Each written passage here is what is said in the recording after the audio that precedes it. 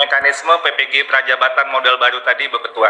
Jadi PPG Prajabatan model baru itu kan dimulai dari perencanaan kebutuhan, termasuk semua daerah, termasuk daerah 3T, termasuk daerah-daerah yang membutuhkan guru, daerah-daerah yang sulit dan sebagainya.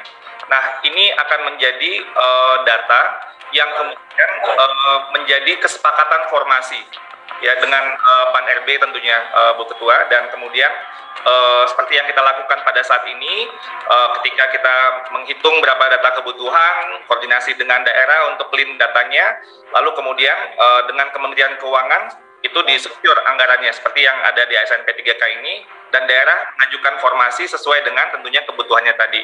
Nah, ketika nanti ini proses seleksi berjalan, tentunya akan muncul guru-guru atau hasilnya adalah guru-guru sesuai dengan kebutuhan yang tadi sudah diidentifikasi, termasuk untuk daerah-daerah 3T. Jadi sehingga kedepannya nanti dengan skema seperti tadi, mekanisme supply dan demand yang baru tadi, itu kebutuhan guru itu sudah langsung teridentifikasi dan terisi mulai dari perencanaan, dan ini kita lakukan jauh-jauh hari. Nggak lagi kaget-kagetan setahun 2 tahun, ini bahkan bisa perencanaannya sampai 5 tahun ke depan. Kita nggak boleh lagi kembali pada konteks yang sekarang di mana ini perlu perencanaan yang lebih jauh. Nah, tapi saya ingin menggarisbawahi bahwa salah satu kuncinya itu adalah adanya kesadaran dan komitmen politik dari semuanya. Karena ini dengan desentralisasi luar biasa kompleksitasnya.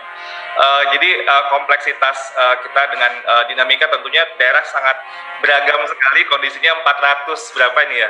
500 ya Pak, 514 tambah 34 provinsi. Kalau di pendidikan kan provinsi juga mengatur SMA, SMK, dan SLB. Nah, 548 ini dinamikanya kan luar biasa. Nah, jadi kita memang perlu ada sebuah mekanisme yang lebih clear, dan kita melihat bahwa salah satu yang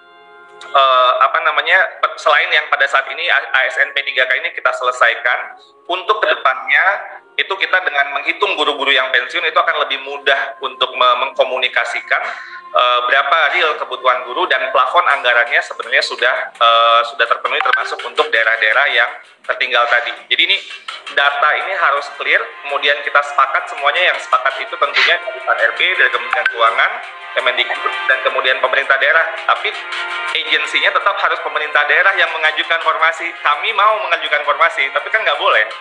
Jadi ini betul-betul harus secara official resminya diajukan oleh pemerintah daerah, dan itu kemudian yang menjadi proses yang berjalan sampai kemudian dia ditempatkan, dan nanti di PPG dulu, pendidikan profesi, baru kemudian dia ditugaskan. Nah, ini yang skema yang baru ini, Bu Ketua, yang kita harapkan ini banyak hal di sini yang terjadi yang selama ini sendiri-sendiri. PPG jangan sendiri gitu ya, PPG Prajabatan produksi guru gitu, tapi belum tentu itu gurunya terserap, belum tentu pada akhirnya juga mau jadi guru. Nah, dan akhirnya kan itu menghabiskan resource kita yang juga terbatas. Lalu perencanaan ini datanya juga harus kita berkoordinasi, kesepakatan setelah datanya ini clear, dengan bukan saja Kemendikbudristek, harus dengan Kementerian Keuangan yang kita komunikasikan tentang kebutuhan guru yang real, lalu kesepakatan dengan Pan RB, karena yang menyetujui formasi bukan Kemendikbud, tapi adalah dari Pan RB. Dan kemudian daerah mengajukan ini, dan ini yang disepakati, lalu barulah terselenggara proses seleksi, yang kemudian setelah mereka lulus dan dapat SK dari daerah, ini model yang kita sedang komunikasikan sebenarnya dengan Kementerian Lembaga, baru kita PPG-kan. Sehingga ketika mereka bertugas, itu sudah langsung mereka selesai dalam konteks tempatnya di mana, dan juga sudah PPG. Jadi kedepannya kita nggak menyetop masalah-masalah yang akan muncul kayak seperti guru honorer yang secara undang-undang kan kita tahun 2023 diharapkan tidak ada lagi guru honorer. Jadi gurunya sudah guru yang dalam sistem rekrutmen kalau di sekolah pemerintah adalah ASN gitu ya. Dan juga sertifikasinya juga sudah selesai. Jadi nggak ada lagi beban sertifikasi yang seperti tadi sudah kita sampaikan, yang existing saja itu luar biasa beban yang harus kita lakukan untuk menyelesaikan. Jadi memang butuh terobosan-terobosan untuk terutama untuk PPG dalam jabatan. Ya. Proses perencanaan akan lebih mudah, koordinasinya, datanya, dan kemudian pengajuan formasi pun juga lebih clear. Sesudah proses rekrutmen dilakukan, sudah selesai, maka daerah melakukan penempatan di sekolah mana untuk mapel yang mana sesuai dengan perencanaan tadi. Dan ini lebih targeted, PPG-nya itu ketika dilakukan sesudah proses rekrutmen ini lebih targeted kepada guru apa di daerah mana dan di sekolah mana. Sehingga nanti ketika selesai PPG, mereka bertugas menjadi guru, mereka sudah selesai pertama direkrut, sudah dapat SK, dan mereka sudah PPG prajabatan tadi sudah selesai.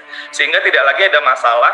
Pertama, untuk kebutuhan guru-guru honorer itu bisa kita hindari, dan yang kedua, selalu yang terjadi saat ini setiap tahun penambahan kebutuhan untuk PPG dalam jabatan juga bisa kita stop. Jadi kita deal dengan yang existing yang ada sekarang, tentunya kita perlu ada mekanisme yang perlu kita pikirkan bersama-sama dengan perguruan tinggi nantinya. Tapi yang untuk kedepannya ini kita harus menghindari membuat masalah-masalah baru untuk tata kelola guru, supply dan demand tadi. Jadi itu adalah sebenarnya solusi kita atau usulan kita pada saat ini kita diskusikan dengan kementerian lembaga, mohon dukungan juga buat Bapak Ibu di Komite 3 ini untuk bisa kita sama-sama mencegah terjadinya kita pada kondisi yang saat ini. Jadi guru honorer dan guru yang belum tersertifikasi, insya Allah kalau ini bisa disetujui, itu bisa menjadi mekanisme, menjadi solusi, mencegah masalah-masalah yang akan timbul nantinya. Jika tidak, ini akan menjadi hal yang selalu membuat sistem pendidikan kita tidak maksimal seperti yang tadi sudah banyak sekali yang disampaikan.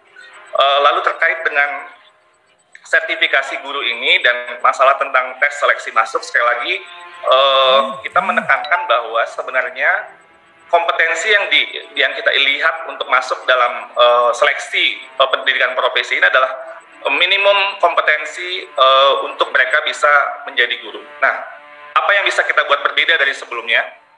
Bapak Ibu, kita memiliki harapan pada saat ini.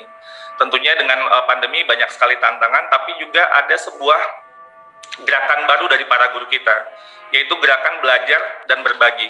Kita memiliki platform guru belajar dan berbagi.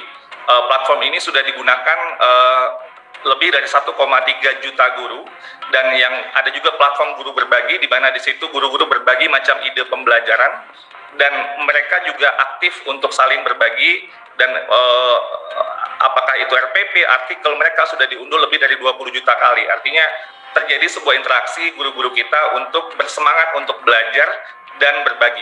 Untuk guru-guru yang di daerah-daerah yang tidak internetnya kurang baik, itu kita bisa menyediakan modul-modul dalam bentuk flash disk tentunya. Nah, poin saya adalah ketika Mas Menteri dan saya berkunjung ke sebuah pulau kecil di Papua Barat, daerah 3T, kami kaget bahwa ternyata ada 2 guru di situ yang sudah menyelesaikan beberapa modul guru belajar dan berbagi ini, walaupun dengan kondisi internet yang naik turun. Tapi artinya ada semacam semangat guru-guru kita tuh untuk betul-betul ingin belajar dan berbagi dengan satu sama lain.